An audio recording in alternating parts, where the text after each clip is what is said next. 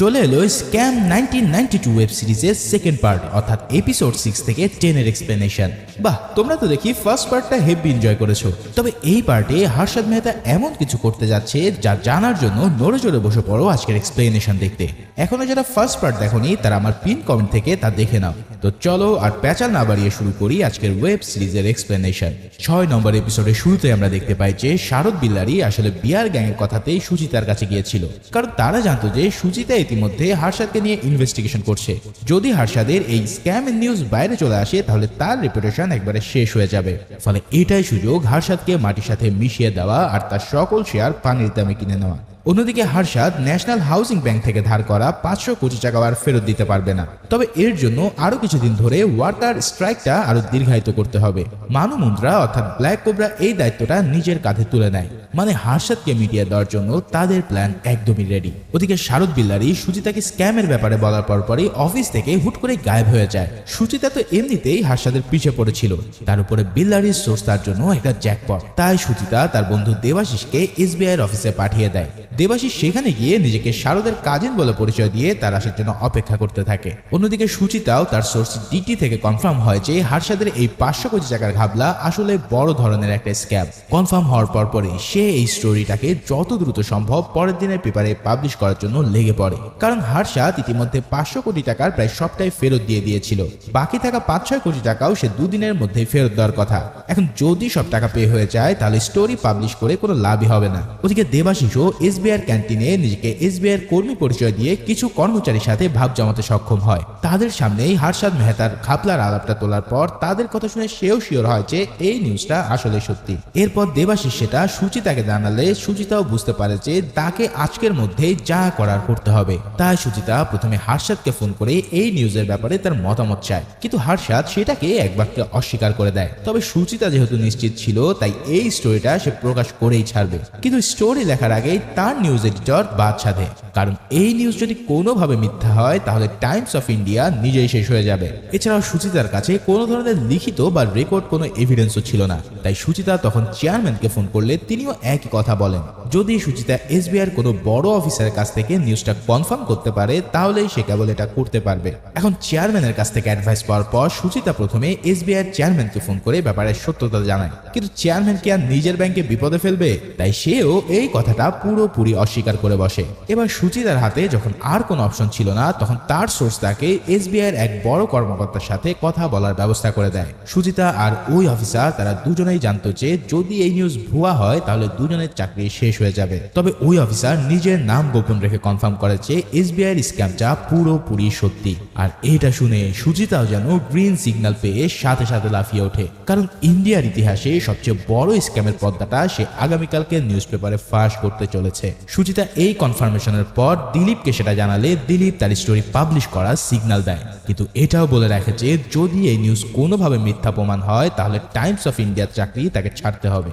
তবে সুচিতা এতটাই কনফিডেন্ট ছিল যে সে এই রিস্কটা নিতে সেকেন্ড বার আর ভাবতে থাকে না। তাই সেদিন রাতে Times of India lakh lakh copy front পেজে ছাপা হয়ে যায় হর্ষদ মেহতার এই বিখ্যাত স্ক্যাম। পরের দিন সকালে উঠেই সুচিতা নিউজ পড়ে বেশ হতাশী হয়ে যায়, কারণ আর্টিকেলের কোথাও সরাসরি হর্ষদ মেহতার নাম মেনশনই করা নেই। সব জায়গাতেই তাকে কেবল বিগ বুল বলেই সম্বোধন করা হয়েছে। মূলত এডিটর কিরণ একটা সেফ গেম খেলার জন্য নিউজটাকে এভাবে চেঞ্জ করে দিয়েছিল। তবে এই বিগ বুল নামটাই যে কাফি ছিল সেটা আমরা হর্ষদের ভাই আশ্বিনের রিয়াকশন দেখেই বুঝতে পারি। এই বিগ বুল যে হর্ষদ সেই ব্যাপারে কারো সন্দেহ ছিল না, কারণ সবাই তাকে এই নামে চিনত। সকালে নিউজ পেপার পেয়ে আশ্বিন খবরের কাগজটা ছুড়ে দেয় হর্ষদের টেবিলে। খবরের হেডলাইনটা দেখেই তার চোখ পুরো কপাল উঠে যায়। এর সাথেই হর্ষদের টেবিলে রাখা টেলিফোনগুলো একে একে বাজতে শুরু করে। এটা শুনে মনে হয় এ যেন টেলিফোনের রিং নয়, বরং হর্ষদ মেহতার ডাউনফলের ঘন্টা। এখন তার ডাউনফল কতটা খারাপ হতে যাচ্ছে চলো সেটা জানতে শুরু করি পরের এপিসোড। সপ্তম এপিসোডের শুরুতে আমরা এমন কিছু দেখতে পাই যেটা হয়তো কেউই কল্পনা করেনি। হর্ষদ মেহতা টাইমস অফ ইন্ডিয়ার স্টোরিকে পুরোপুরি অস্বীকার করার বদলে একটা পাবলিক কনফারেন্সে ঘোষণা দিয়ে বলে যে সেই হলো বিগ বুল, মানে নিজের পায়ে নিজে কুড়াল মারা আর কি। হার্ষাদ ভেবেছিল যে সে যেহেতু এসবিআই কে টাকা ফেরত দিয়ে দিয়েছে তাহলে সে গলা উঁচু করে কথা বলতে পারবে, কিন্তু সে যে ন্যাশনাল হাউজিং ব্যাংকেও যে তার টাকা ফেরত দিতে হবে সেটা সে বেমালুম ভুলে গেছে। ওদিকে এই নিউজ পাবলিশ হয়ে যাওয়ার পরেও হার্ষাদের তেমন কিছু হচ্ছিল না দেখে সুচিতা বেশ আপসেট ছিল। এর উপর এই নিউজ ফলো আপ স্টোরি সে কিভাবে করবে সেটা নিয়েও তাদের মধ্যে ঝামেলা চলছিল। তবে সুচিতাও এত সহজে হাল ছাড়ার মতো কেউ না, সে এই খেলা শেষ দেখে নেবে বলে পণ করে। প্রথমে তো মনে হচ্ছিল যে হার্ষাদের উপর তেমন কোনো প্রভাবই পড়েনি, কিন্তু স্ট্রাইক শেষ হওয়ার পর মার্কেট খোলার সাথে সাথে দেখা যায় যে সকল প্রাইস ধীরে ধীরে নামতে শুরু করেছে।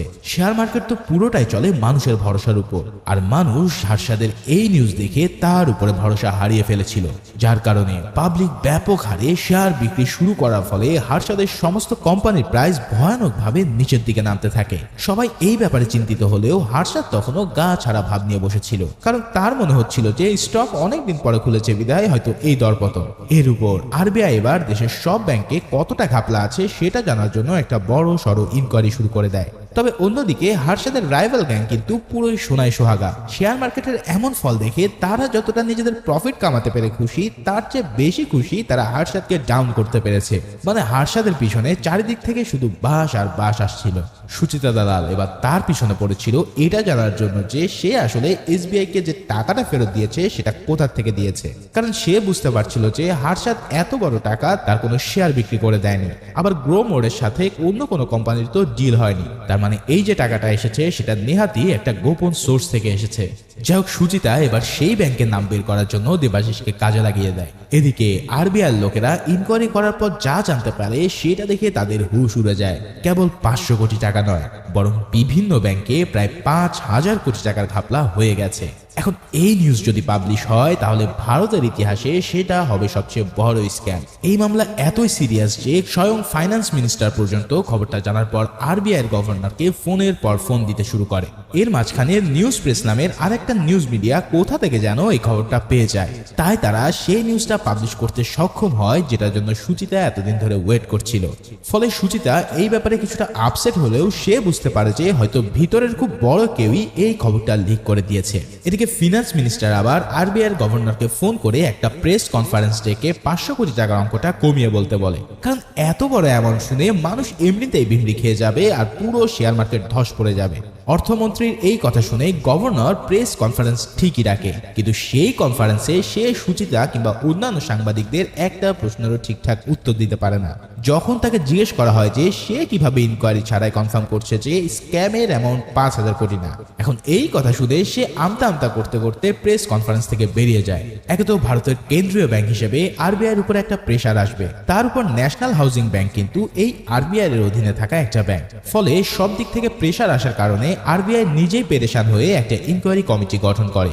সিবিআই এর সবচেয়ে দক্ষ অফিসারকে এই কেস হ্যান্ডেল করার সিদ্ধান্ত দেওয়া হয়। তাই গভর্নর সরাসরি সিবিআই চিফের সাথে মিটিং করার পর সিবিআই চিফও তাকে সবচেয়ে এক্সপেরিয়েন্স এবং দক্ষ অফিসার দেওয়ার প্রতিশ্রুতি দেয়। অর্থাৎ এই মামলাটা যে এখন কত সিরিয়াস হয়ে গেছে তা তো তোমরা বুঝতেই পারছো। আর ঠিক এরই মধ্যে দিয়ে শেষ হয় এপিসোড নাম্বার 7। অষ্টম এপিসোডের শুরুতে আমরা জানতে পারি যে কিভাবে হার্ষাদ ন্যাশনাল হাউজিং ব্যাংক থেকে 500 কোটি টাকা নিতে সক্ষম হয়েছিল। সে মূলত ওই ব্যাংকের চেয়ারম্যান মিস্টার ফেরোয়ানিকে তার দিল্লির কন্ট্রাক্টের সাহায্যে সোজাসুজি পার্লামেন্টের এমপি বানিয়ে দেওয়ার অফার দিয়েছিল। ফেরোয়ানি কিন্তু বহুদিন ধরে একজন সৎ ব্যাংক কর্মকর্তা হিসেবেই কাজ করে আসছিল, এমনকি সে অনেক আগে হার্ষাদ মেহতাকেও রিজেক্ট করেছিল, কিন্তু এবার সে আর নিজের লোককে ধরে রাখতে পারেনি। এখন তার এই কাণ্ডের জন্য নিজের ব্যাংক তো বটে, বরং ভারতের কেন্দ্রীয় ব্যাংক পর্যন্ত বিরাট ঝামেলায় পড়তে চলেছে। এদিকে আবার এমন এক ঘটনা ঘটে যার জন্য সুচিতা কোনোভাবেই প্রস্তুত ছিল না, কেননা কেউ একজন তাকে একটা বস্তির মধ্যে ডেকে নিয়ে গেছে সিক্রেট ইনফরমেশন দেওয়ার জন্য। তবে সেই লোকটা ছিল স্বয়ং আরবিআই এর গভর্নর ভেঙ্কটরাজন। তিনি সুচিতাকে বলেন যে ফেরওয়ানির রেপুটেটেড পারসন হওয়ায় আমরা সরাসরি তাকে প্রেসার দিতে পারবো না, তাই এই নাও তার স্ক্যামের ডিটেলস। আমি চাই তুমি এটা পাবলিশ করে উপর থেকে তার উপর প্রেসার ক্রিয়েট করো। তো এই প্রমাণটা ছিল সুচিতার কাছে একটা জ্যাকপট, তাই সে দেরি না করেই এই খবর পাবলিশ করে দেয়। আর পাবলিশ হওয়ার পরপরই ফেরওয়ানি হার্ষাদকে জানায় যে যেভাবেই হোক সে যেন তার সব টাকা পে করে দেয়। তবে হারশাদ এই ব্যাপারে গড়িমসি করছে দেখে সে নিজের রিজাইন দেওয়ার সিদ্ধান্ত নেয়। তবে রিজাইন কি তাকে বাঁচাতে পারবে? কেননা ইতিমধ্যেই জাদরেল অফিসার মাধবান তার বাড়িতে গিয়ে রেড দিয়ে সোজা তাকে থানায় নিয়ে যায়। অন্যদিকে হারশাদের পিঠ একেবারেই দেওয়ালে ঠেকে গেছে। আর তোমরা তো জানো, ঠেকায় পড়ে গেলে শত্রুর কাছেও হাত পাততে হয়। এখন হারশাদেরও ঠিক তেমনই এক অবস্থা। তাই সে সব ইগো ভুলে গিয়ে বেয়ার গ্যাংয়ের ত্যাগী আর অজয় কেরিয়ার সাথে একটা গলফ মাঠে দেখা করে।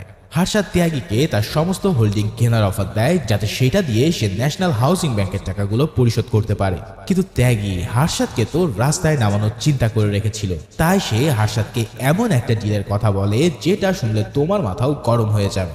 হারশাদের 14,000 কোটি টাকার সম্পত্তির এগেইনস্টে সে মাত্র 500 কোটি টাকা দিতে চায়। মানে চিন্তা করা যায় এই ত্যাগী কোন লেভেলের ইনসেন ছিল।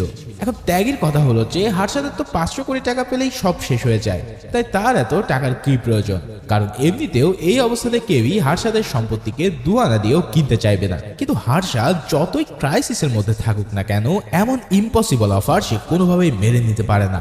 তাই সে ত্যাগীর মুখের উপরে না করে দিয়ে সেখান থেকে চলে আসে। হারশাদ তার ইগো থেকে বেরিয়ে আসতে না পারলেও প্রণব তাকে পরামর্শ দেয় যে জলদি তাকে বায়ার খুঁজতে হবে, না হয় সিবিআই লোকদের কোনোই ভরসা নেই, এরা মন্ত্রী মিনিস্টারকে পর্যন্ত থাপ্পড় মেরে বসতে পারে। সত্যি সত্যি সিবিআই অফিসার মাধবান ছিল ঠিক এমনই এক জাদরেল লোক। ফেরোয়ানিকে সে এমন ভাবে ইন্টারোগেট করে যেন লোকটা দেশের একটা টপ ব্যাংকের চেয়ারম্যান না, বরং কোনো এক অফিসের পিয়ন মাত্র।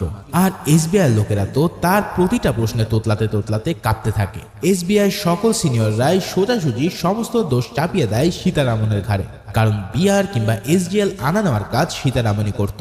এটা জানার পর মাধবান তো সীতারামনের প্রায় হাতই ভেঙে দিচ্ছিল, আর তাকে হুমকি দিয়ে বলে যে যদি দ্রুত মুখ না খোলে তাহলে তাকে এমন জেলে ঢোকানো হবে যেখান থেকে সূর্যের আলো দেখা যায় না। মানে এই অফিসার মাধবান এমনই এক অ্যাটিটিউড লেভেল ছিল যে যারা সিরিজটা দেখেছো তারা ঠিকই রিলেট করতে পারবে। যাই হোক, এরপর সিবিআই তাদের পরের মিসাইল চালায় সরাসরি হারশাদের উপর। তার সমস্ত ব্যাংকের অ্যাকাউন্ট তারা ফ্রিজ করে দেয়। টিভিতে এই নিউজ দেখে আশিনও প্রচুর চেঁচামেচি করে, কারণ সে সবসময় হারশাদকে সাবধান করে এসেছিল।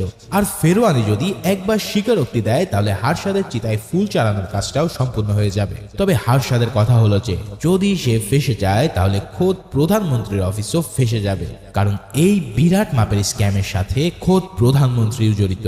গ্রোমোর কোম্পানিতে প্রধানমন্ত্রীর অফিস থেকেও নিয়মিত কন্ট্রাক্ট রাখা হতো। এখন দেখার বিষয় যে সিবিআই তাদের উপরে কোনো স্টেপ নেয় কিনা। ওদিকে সিবিআই এর কাছ থেকে থেরাপি পাওয়ার পর ফেরোয়ানের অবস্থা মোটামুটি বেহাল হয়ে পড়ে। তাই সে হারশাদের সাথে দেখা করে বলে যে যদি তাকে আরেকটা ইন্টারোগেশন ফেস করতে হয় তাহলে সে হড়বড় করে সব বলে দিতে পারে। এরপর হারশাদ এবার দিল্লির ওই পাওয়ারফুল পলিটিক্যাল এজেন্ট স্বামীজিকে ফোন দেয়, কিন্তু স্বামীজি তাকে কিছু মোটিভেশনাল স্পিচ দেওয়া ছাড়া আর কোনো হেল্পই করতে পারে না। এদিকে পরের দিন সকালে ঘটে যায় আর এক মহাবিপদ। সকালবেলা ফেরোয়ানিকে তার নিজ বাসায় মৃত অবস্থায় পাওয়া যায়। প্রথমে দেখে মনে হয় যে এটা আসলে কোনো একটা হার্ট অ্যাটাক, কিন্তু সিবিআই সহ পাবলিকের সন্দেহ হচ্ছে এটা হার্ট অ্যাটাক নয়, এটা হয়তো আত্মহনন কিংবা মার্ডারও হতে পারে। তবে সুচিতার কানে যখন ফেরোয়ানির মৃত্যুর খবরটা চলে যায় তখন সে প্রচন্ড ভেঙে পড়ে, কারণ তার মনে হতে থাকে যে তার লেখা আর্টিকেলের কারণে ফেরোয়ানির হয়তো মৃত্যু হয়েছে।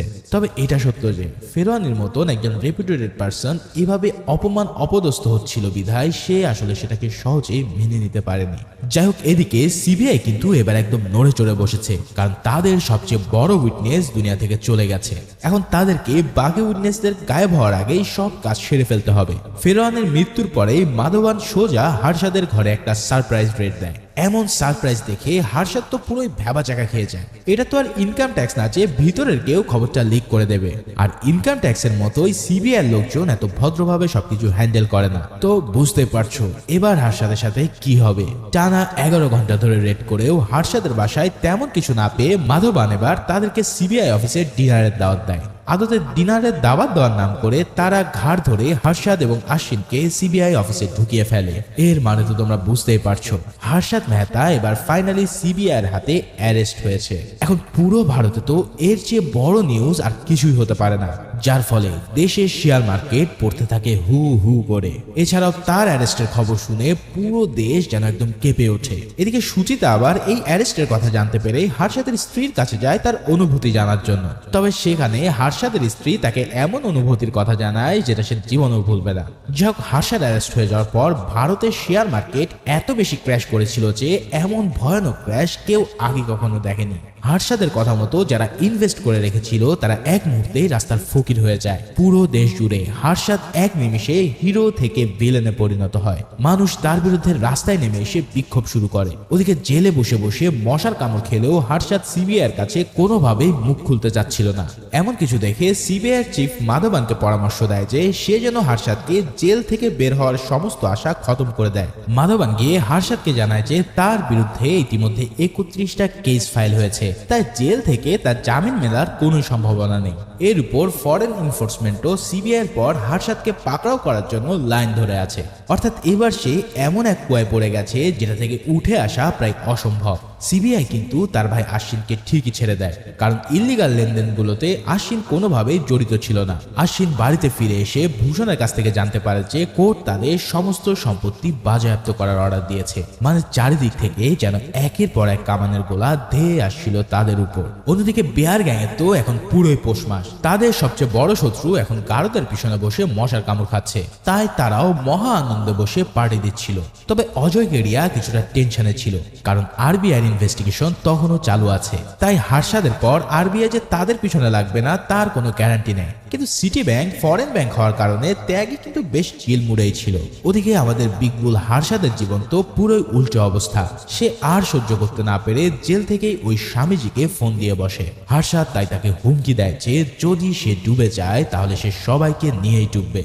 স্বামীজিকে কথাটা সরাসরি প্রধানমন্ত্রীর কাছে পৌঁছে দিতে বলে সে ফোন রেখে দেয়। তাহলে হার্ষাদের লাইফ কি এখানেই শেষ, নাকি আরো বড় কোনো ধরনের টুইস্ট সামনে আসতে চলেছে? এখন শেষ 2 এপিসোডে হয়তো এর প্রশ্নগুলো আমরা পাবো। তো চলো শুরু করি নবম এপিসোড।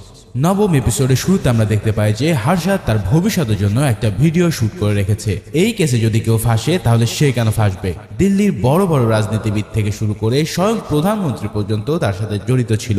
প্রধানমন্ত্রীর পলিটিক্যাল দলকে সে কোটি কোটি টাকা ডোনেশন দিয়েছে, তাই যদি সে ডুবে তাহলে সে সবাইকে নিয়ে ডুববে। ওদিকে ভূষণ ভাটকে এবার সিবিআই ধরে দিয়ে আসে, আর ধরে আনা মাত্রই তাকে সিবিআই লোকরা মিলে রাম ধোলাই দেয়, কারণ সে কিছুই বলতে চাইছিল না। কিন্তু কিছুক্ষণ পর আর সহ্য করতে না পেরে ভূষণ বলে বসে, তোমরা এই কেসে কয়জনকে অ্যারেস্ট করবে? আচ্ছা একটা কথা বলো, তোমরা কি খোদ প্রাইম মিনিস্টারকে অ্যারেস্ট করতে পারবে?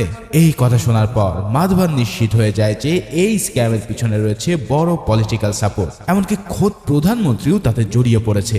এই নিউজ সে তৎক্ষণাৎ সিবিআই চিফকে জানালে সিবিআই চিফ তো তার কথায় কানই দিতে চায় না, কারণ সিবিআই চিফ ছিল পলিটিশিয়ানদের হাতের পুতুল। সে এই খবর পাওয়া মাত্রই সরাসরি স্বামীজির কাছে চলে যায়। যেমনটা আগেও বলেছি, এই স্বামীজি মূলত প্রধানমন্ত্রী সহ সরকারি দলের বড় বড় আমলাদের পলিটিক্যাল চ্যানেল ছিল। ওদিকে জেল থেকে হার্ষাদ জানতে পারে যে স্বামীজি এখন তাদের কোনো হেল্পই করতে চাইছে না, আর হেল্প করবে বা কি করে? স্বামীজি তার নিজের এবং সরকারি দলের আমলা সহ প্রধানমন্ত্রীর ধুতি বাঁচাতেই ব্যস্ত। প্রধানমন্ত্রীর ধুতি বাঁচানোর জন্য সরাসরি হার্ষাদ মেহতাকেই ফাঁসিয়ে দেওয়ার প্ল্যান করছে।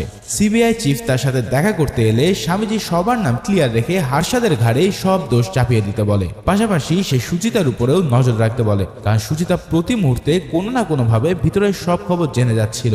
সিবিআই চিফও স্বামীজির এই কথাগুলো অক্ষরে অক্ষরে পালন করে সুচিতাকে পিছন থেকে ফলো করতে সিবিআই লোক লাগিয়ে দেয়। তবে এই খবর আবার জানতে পেরে গিয়ে মাধবান বেশি রেগে যায়, কারণ তার অধীনে থাকা লোকদের কেসের কাজে না লাগিয়ে সম্পূর্ণ অপ্রয়োজনীয় কাজে লাগানো হচ্ছে। তবে এবার সিবিআই ডিরেক্টর সাফ বলে দেয় যে এই লোকগুলো তার ডিরেক্ট অর্ডারে কাজ করছে, আর এই স্ক্যামে যে প্রধানমন্ত্রী জড়িত সেটা যেন চিফ কোনোভাবে মানতে পারছেন না। কিন্তু তবুও মাধবান প্রতিবাদ করতে চাইলে চিফ এবার কেসটা সরাসরি নিজের হাতে তুলে নেওয়ার হুমকি নেয়। এসব শুনে মাধবান তখন তাকে বলে যে আপনি তো রাজনীতিবিদদের পোষা তোতার মতন তাদের শেখানো গুলিগুলো আউড়ে যাচ্ছেন, এই সমস্ত অর্ডার তো অন্য কোথাও থেকে আসছে। এই কথাগুলো বলে মাধবান তখনই সিবিআই থেকে রিজাইন করার ঘোষণা দেয়, কারণ সে অত্যন্ত একজন সৎ অফিসার হওয়ার কারণে কোনোভাবেই পলিটিক্সের এই নোংরা খেলার সামনে নিজের মাথা নত করতে চায়নি। কিন্তু মাধবান রিজাইন দেওয়ার কারণে সিবিআইয়ের ঘাড়ে এবার একটা বড় বিপদ চেপে বসে, কারণ কেসের মাঝপথ থেকে যদি ইনভেস্টিগেশন অফিসার কেস ছেড়ে দেয় তাহলে সব জায়গা থেকে অনেক প্রশ্ন উঠবে। তাই সিবিআই চিফ বলে যে সে ঘোষণা করে দেবে প্রমোশন না পাওয়ার কারণে মাধবান চাকরি ছেড়ে দিয়েছে। মানে চিন্তা করো কত বড় হাস্যকর মিথ্যা কথা দিয়ে তাকে খেদানো হলো। যাই হোক, স্বামীজির কথা মতো সিবিআই চিফ হার্ষাদকে আরো কিছুদিন জেলে রাখার বন্দোবস্ত করে। এর মধ্যে সিবিআই চিফ নিজেই হার্ষাদকে জিজ্ঞাসাবাদ করতে থাকে, কিন্তু তার পেট থেকে কিছুই বের হয় না। সিবিআই এর কাছে হার্ষাদকে কেবল 30 জুলাই পর্যন্ত আটকে আটকে রাখার পারমিশন ছিল, কিন্তু তার বিরুদ্ধে এফআইআর এর পর এফআইআর দায়ের করে তার জামিন আটকে দেওয়া হয়। এবার কিছুদিন পর যখন মামলা কিছুটা শান্ত হয় আর হারশাদের কাস্টডি ডেটও পার হয়ে যায়, তখন আদালত তার জামিন মঞ্জুর করে। কিন্তু আদালত থেকে বের হওয়া মাত্রই ফরেন এক্সচেঞ্জ কমিশনের লোকরা এসে আবারও তাকে ধরে নিয়ে যায়, মানে জামিন পাওয়ার পর আবারও অ্যারেস্ট। তাদের কাছে অভিযোগ ছিল যে হারশাদ ইল্লিগাল চ্যানেলের মাধ্যমে বিদেশে টাকা পাচার করেছে। মূলত হারশাদকে আরো কিছুদিন জেলে আটকায় রাখাই ছিল তাদের মেন প্ল্যান।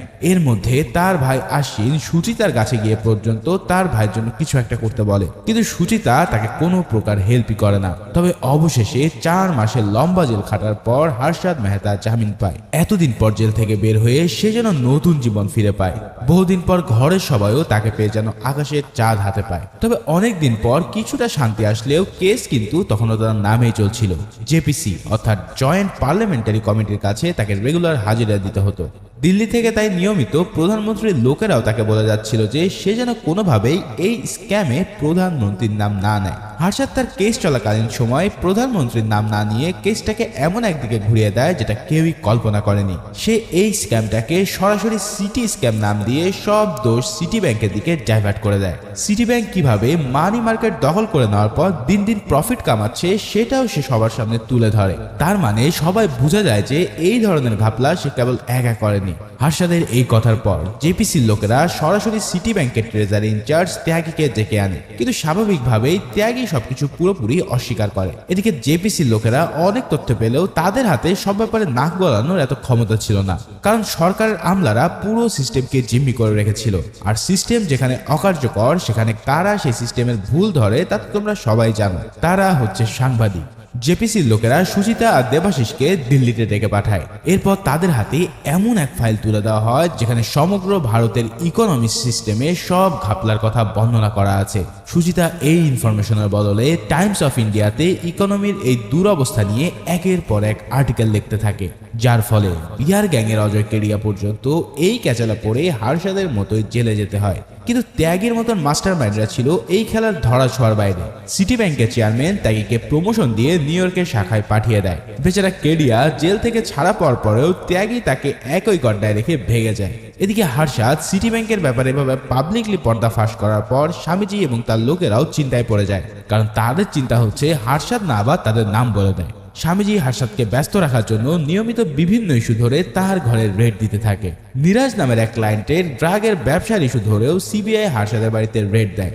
হারশাদ দেখে যে এভাবে বসে থাকলে তার বাড়িতে রেডের পর রেড পড়তেই থাকবে, এমনকি সরকার চাইলে তাদেরকে টেররিস্ট বলেও চালিয়ে দিতে পারে। তাই এবার সে সব খেলা একসাথে শেষ করার ডিসিশন নেয়। প্রথমে সে একটা ভিডিও শুট করে রাখে, যাতে তার কিছু হয়ে গেলে স্ক্যামের পিছনে কারা দায়ী সেটা সবাই জানতে পারে। এই ভিডিওটাই কিন্তু আমরা এপিসোডের শুরুতে দেখেছিলাম। এরপর প্রণব শেঠ হারশাদকে নিয়ে যায় দেশের সবচেয়ে বড় উকিল রাম জেঠামালিনীর কাছে। এই রাম সাহেবকে তখন মানুষ অ্যাডভোকেট রাম ভগবান হিসেবে জানত, কারণ জুডিশিয়াল ব্যবস্থায় তার চেয়ে চালু উকিল আর কেউই ছিল না। হারশাদ এবার নিজের নতুন লয়ারের পরামর্শে প্রধানমন্ত্রী এজেন্টের কাছ থেকে সমস্ত কেস তুলে নেওয়া লিখিত প্রতিশ্রুতি চায়, কারণ সে বুঝে গেছে যে মুখের কথায় কিন্তু চিরা ভিজবে না। কিন্তু প্রধানমন্ত্রীর লোকেরা আবার সেই কথায় কান দেয় না। তাই হারশাদ এবং তার লয়ার রাম মিলে এমন একটা কিছু করে বসে যেটা কেউ ভাবতেই পারেনি। অ্যাডভোকেট এবার সিবিআই ডিরেক্টরের কাছে একটা চিঠি লেখে, যেখানে সে জানিয়ে দেয় যে হারশাদ খোদ প্রধানমন্ত্রীকে 1 কোটি টাকা ব্রাইব করেছিল। এখন যদি সিবিআই প্রধানমন্ত্রীকে বাঁচাতে চায় তাহলে হারশাদের উপর থেকে তার সব কেস তুলে নিতে হবে। সিবিআই চিফ চিঠিটা পড়ার পর চিড়ে কুটি কুটি করে ফেলে ঠিকই, কিন্তু এই চিঠিটা অ্যাডভোকেট রাম নিজেই মিডিয়াতে ভাইরাল করে দেয়। আর এরপরেই তো সে আর হারশাদ মিলে নিজে একটা প্রেস কনফারেন্স ডেকে স্ক্যাম 1992 এর পলিটিক্যাল ইনভলভমেন্ট সহ প্রধানমন্ত্রীর জড়িত থাকার বিষয়টা ফাঁস করে দেয়। এই কাহিনী ফাঁসের পর সারা দেশে যে কি রিয়াকশন হবে সেটা তো অনুমানই করতে পারছো। পুরো ভারতে প্রচন্ড হইচই পড়ে যায় আর প্রধানমন্ত্রীরও নিজের গদি নিয়ে টানাটানি শুরু হয়ে পড়ে। তাহলে কি হতে চলেছে হারশাদের জীবনে? প্রধানমন্ত্রীর সাথে সরাসরি এই ফাইট নেওয়াটা কি তার জন্য কাল হয়ে দাঁড়াবে? এই সমস্ত কিছু উত্তর পাবো আমরা ফাইনাল এপিসোডে। তাই চলো শেষ ক্লাইম্যাক্স দেখতে শুরু করি ফাইনাল এপিসোড। ফাইনাল এপিসোডের শুরুতে আমরা দেখি যে হারশাদ সরাসরি প্রধানমন্ত্রীর দিকে আঙ্গুল তুললেও সে কিন্তু কখনো সেটা প্রুফ করতে পারেনি। প্রধানমন্ত্রীর ভিজিট স্লিপ তার কাছে আছে, কিন্তু সেটা কোথায় আছে তা নাকি তার জানা নেই। অনেকে ভাবতে শুরু করে যে হারশাদ হয়তো নিজেকে বাঁচানোর জন্য মিথ্যা কথা বলা শুরু করেছে। এদিকে সিবিআই তখনও তার উপরে কেস করেই যাচ্ছিল। এরপর হারশাদকে শেয়ার মার্কেট থেকে ব্যান করে দেওয়ার পর স্টক এক্সচেঞ্জের সূচক ক্রমাগতই নিচে নামতে থাকে। শেয়ারে ইনভেস্ট করা অনেক লোকেরাই সব হারিয়ে সুইসাইড পর্যন্ত করে নেয়। এই গন্ডগোলের মধ্যে সুচিতা অবশেষে হারশাদের একটা ইন্টারভিউ নেওয়ার জন্য রাজি হয়। ইন্টারভিউ চলার এক পর্যায়ে সে সুচিতাকে জিজ্ঞেস করে যে আসলেই কেউ উদ্দেশ্যমূলকভাবে সুচিতার কাছে হারশাদের খবর পাঠাচ্ছিল কিনা। সে সুচিতার সোর্সের নাম জানতে চায়, কিন্তু সুচিতা তার সোর্সের নাম না বললে হারশাদ দাবি করে যে সে কেবল সিস্টেমের কিছু লুপ হোলকে কাজে লাগিয়ে নিজের পকেট ভারী করেছিল, যেটাকে বড় কোনো ধরনের ক্রাইম বলা যায় না। কিন্তু সুচিতা এই কথা মানতে একদমই নারাজ। হারশাদের এমন লেম এক্সকিউজ শুনে সুচিতা ইন্টারভিউ অসমাপ্ত রেখেই মাস পর থেকে চলে যায়। এবার কয়েক বছর পর ভারতে প্রচন্ড রকমের পালাবদল ঘটতে শুরু করে। তৎকালীন প্রধানমন্ত্রীর পদত্যাগ করার পর সাবেক প্রধানমন্ত্রী রাজীব গান্ধীও হত্যার শিকার হন। ওদিকে সুচিতা তার বয়ফ্রেন্ড দেবাশিসের সাথে অবশেষে বিয়ে করে নেয়। আর হারশাদ মেহতার উপর থেকে কিছু কিছু কেস সরে গেলেও এখনো তার বিরুদ্ধে অনেকগুলো চার্জ কোর্টে পড়ে আছে। যদিও তাকে আজ জেলে যেতে হয়নি, তবে দেনা পাওনা এবং ঘাপলার সমস্ত টাকা মেটাতে গিয়ে তার 14,000 কোটি টাকা সম্পত্তির বেশিরভাগই নিলাম হয়ে যায়। তবে এই সব কিছুই হারশাদকে তখনও দমিয়ে রাখতে পারেনি। হারশাদ হলো সেই নাড়া যে শতবার বেলতলায় যেতে চায়। প্রথমে সে টাইমস অফ ইন্ডিয়ার ফিনান্সের সেকশনে কলাম লেখার কথা ভাবে, কিন্তু সুচিতা ততদিনে টাইমস অফ ইন্ডিয়ার ফিনান্স এডিটর হয়ে গিয়েছিল। তার তীব্র বিরোধিতার কারণে হারশাদ টাইমস অফ ইন্ডিয়ার কলাম লিখতে না পারলেও নব্য সমাচার নামে একটা পত্রিকাতে লেখা শুরু করে। এই নিউজ পেপারটাও তখনকার সময়ে যথেষ্ট জনপ্রিয় ছিল। বলে রাখি, হারশাদকে তখনও কিন্তু অনেক মানুষ মার্কেট গুরু হিসেবে দেখত, তাই বিভিন্ন টিভি চ্যানেল এবং নিউজ পেপারে তার রেগুলার ইন্টারভিউ নেওয়া হতো। আর এই মক্ষম সময়ে হারশাদ সিদ্ধান্ত নেয় যে সে আবারও শেয়ার মার্কেটে এন্ট্রি নেবে। দেখতে দেখতে 1998 সাল চলে আসে এবং এই সময়টাতে শেয়ার মার্কেট এবং ব্যাংকিং সেক্টর পুরোপুরি ডিজিটালাইজ হয়ে যায়, যার ফলে ঘরে বসে সহজে ট্রেডিং করা যেত। হারশাদ তার পুরানো কোম্পানি গ্রো মোডের সাবেক ডিরেক্টরদেরকে ডেকে এনে আবারও কোম্পানি চালু করতে বলে, কিন্তু হারশাদ নিজে মার্কেট থেকে ব্যান, আর গ্রো মোডের নাম শুনলে কেউই আসলে ইনভেস্ট করতে চাইবে না। তাই এর জন্য সে কোম্পানির নাম চেঞ্জ করে রাখে দামিয়ান্তি গ্রুপ। এবার নতুন কোম্পানি চালু করার পর সে তার সেই আগের পুরানো কায়দায় স্টক মার্কেটে ইনভেস্ট করে কয়েকটা কোম্পানির স্টক পুরো আকাশে তুলে নিয়ে যায়। কিন্তু হারশাদের কপালে কিন্তু আর আগের মতোই ভাগ্য লেখা ছিল না। 1998 সালে ভারত অনেকগুলো পারমাণবিক বোমা টেস্ট করার কারণে বিদেশি ইনভেস্টররা ভারত থেকে ইনভেস্টমেন্ট কমিয়ে দেয়। এই কারণে শেয়ার বাজারের সূচক আবারও নিচের দিকে নামতে থাকে, আর হারশাদের কপালও জোটে শনির দশা। ওদিকে সুচিতা দালাল কিন্তু তখনও তার ফোকাস থেকে দূরে সরে আসেনি। শেয়ার বাজার নিয়ে কিছুটা রিসার্চ করার পর সুচিতা আবারও আবিষ্কার করে যে হারশাদ তার পুরাতন কোম্পানিকে দামিয়ান্তি নাম দিয়ে এখনো শেয়ার বাজারে দিব্যি চষে বেড়াচ্ছে। দামিয়ান্তি গ্রুপের সব ডিরেক্টররা ছিল তার স্ত্রী জ্যোতির ভাই। তাই সুচিতা তৎক্ষণাৎ সিকিউরিটি অ্যান্ড এক্সচেঞ্জ বোর্ডের কাছে কমপ্লেন করে দেয়, কিন্তু হারশাদের জন্য তার থেকেও আরো একটা বড় বাস অপেক্ষা করছিল। তাদের নতুন গ্রুপ কিন্তু শেয়ার মার্কেটের ফলের পরেও বেশ ভালোই করছিল, প্রচুর কোম্পানি শেয়ার তারা ম্যানেজ করছিল। কিন্তু হঠাৎ একদিন আশ্বিন ফাইলপত্র চেক করতে গিয়ে দেখে যে তাদের অ্যাসেট থেকে প্রায় 27 লাখ শেয়ার মিসিং, যার মার্কেট ভ্যালু হচ্ছে 300 কোটি টাকার উপরে। এখন এত বড় অঙ্কের শেয়ার কিভাবে গায়েব হয়ে গেল সেটা একমাত্র ভূষণই জানবে, কারণ ভূষণই এই সব কিছু ম্যানেজ করত। ফলে ভূষণকে যখন আশ্বিন জিজ্ঞেস করে তখন ভূষণ বলে যে হয়তো হিসেবে কোনো গরমিল হয়ে গেছে, তাই সে আবারও সব চেক করে ঠিক করে দেওয়ার কথা দেয়। এদিকে হারশাদ আর আশ্বিন তাদের মিসিং হয়ে যাওয়া শেয়ারের হদিশ জানতে চলে যায় কাস্টেডিয়ানের দপ্তরে। 1992 সালে যখন দুই ভাই জেলে ছিল তখন কাস্টেডিয়ানের উপরে শেয়ারের সব অ্যাসেট ম্যানেজ করার দায়িত্ব ছিল।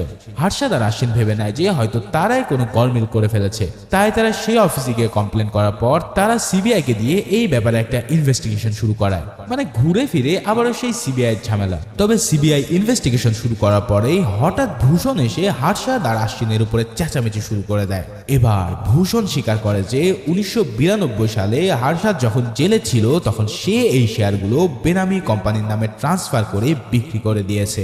এই কথা শোনার পর দুই ভাইয়ের মাথা তো পুরোই হ্যাং হয়ে যায়। এখন এই ঘাপলা সামনে চলে আসলে আবার হয়তো হারশাদকে জেলে যেতে হবে। সে আর আশ্বিন তো পারলে ভূষণকে মেরেই ফেলে, কিন্তু ভূষণ হুমকি দেয় যে তার কিছু হলে সে তাদের বেনামি কোম্পানির নামে রাখা অসংখ্য শেয়ারের কথা ফাঁস করে দেবে। চিন্তা করো, একেই বুঝি বলে ভরসার বদলে পিছন থেকে ছুরি মারা। সে নাকি তার ফ্যামিলির জন্য এত টাকা শেয়ার মেরে দিয়েছে। হারশাদ আর আশ্বিন আশ্বিন যেন নিজের চোখকে বিশ্বাস করতে পারছিল না। যাকে তারা পার্টনার হিসেবে দেখতো সে কিনা এভাবে তাদের কঠিন সময়ে এই কাজ করে বসলো। কিন্তু ভূষণ নিজেকে কখনো পার্টনার নয়, বরং সাধারণ কর্মচারী ভেবেছে। তাই সে সুযোগ বুঝে সে হার্ষাদকে ফাঁসিয়ে দিল। এদিকে ভূষণকে কিন্তু সিবিআই এবার সরাসরি ইনভেস্টিগেশনে ডেকে পাঠায়। কিন্তু এবার ভূষণ যেটা করে সেটা ছিল হার্ষাদ মেহতার কফিনের শেষ পেরা।